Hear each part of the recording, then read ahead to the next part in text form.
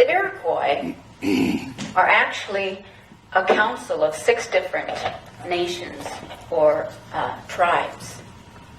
And the Iroquois name is believed to have been given to them by their traditional enemies, meaning either black snake or killer people. Not very complimentary. And so the Iroquois call themselves the Haudenosaunee, which means people of the Longhouse, signifying that all 6 nations live together as family. Now, when we think of family, we often include our pets, such as cats or dogs. Now, have you ever noticed that when 2 dogs meet each other, the first thing they do is sniff each other's behinds? Now, this never made sense to me. It's not the kind of thing I ever think of doing when I meet somebody. But the Haudenosaunee, they have a story about this habit of the dogs. For long ago, dogs never lived with people. They roamed wild just like all the other animals. Until one day, a woman preparing her meal heard a sound, a whimpering, and she turned to see a skinny wild dog staring intently at her. The poor dog was obviously starving, its ribs showing through his coat, and he was shivering in the cold. The woman took pity on the poor animal and cut a piece of the meat that she had set aside to add to her stew. And she tossed it out the door to the dog, who immediately grabbed it and ran off.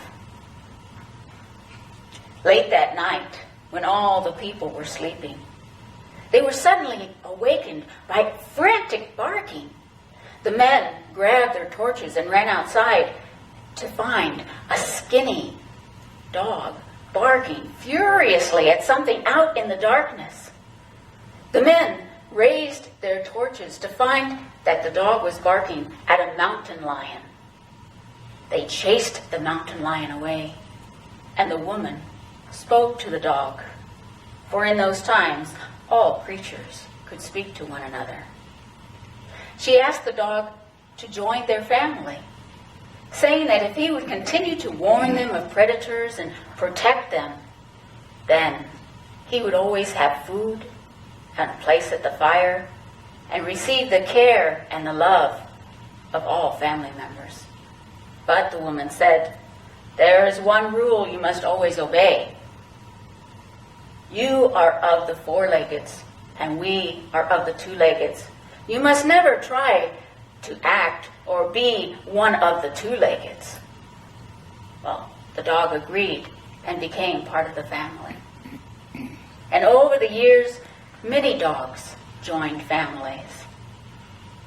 And each month, all the dogs would meet deep in the forest for a council meeting. Now, at one of these meetings, the dogs began to wonder about this one rule. The greyhound started off by saying, "2-leggeds? Why would we want to be like 2-leggeds? Why, just about any animal in the forest can outrun them." The bloodhound, too, said, "Their noses are just about useless.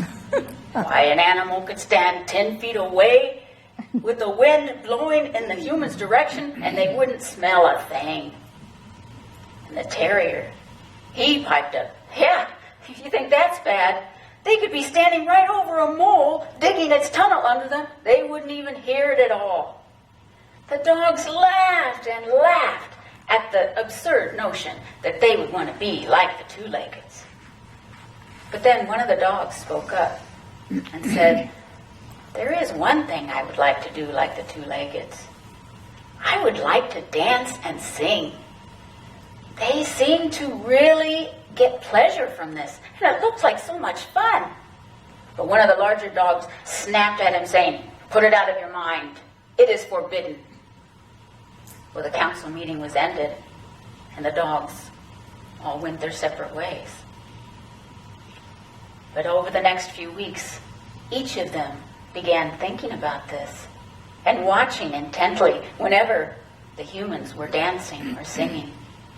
So that by the next month, when they gathered together again, one of the first things that one of the dogs brought up was, why must we follow this one rule? Why can't we dance and sing just like the two-leggeds? And all the other dogs said, yes, I don't see why not. And so the first dog that had spoken went over to a tree and using his front paws, climbed up the side of the tree until he was standing on his hind legs.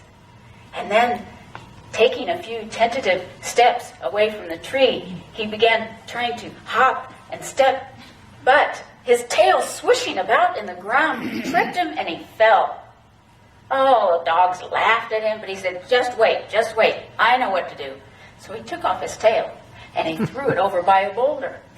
This time, after he got up on his hind legs and began hopping and stepping, he didn't fall down.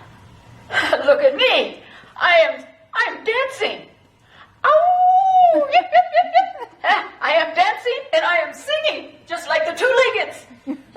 Well, soon all the dogs had taken off their tails and tossed them in a pile by that boulder, and they were all dancing and singing in a large circle deep in the forest.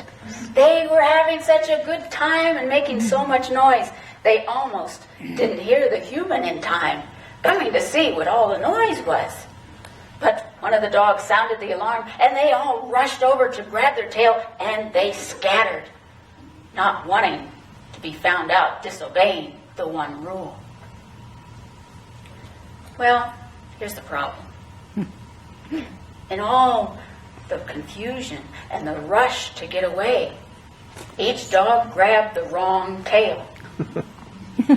And so that's why even today, whenever they meet, dogs sniff each other's tails to see if that's the one that belongs to them.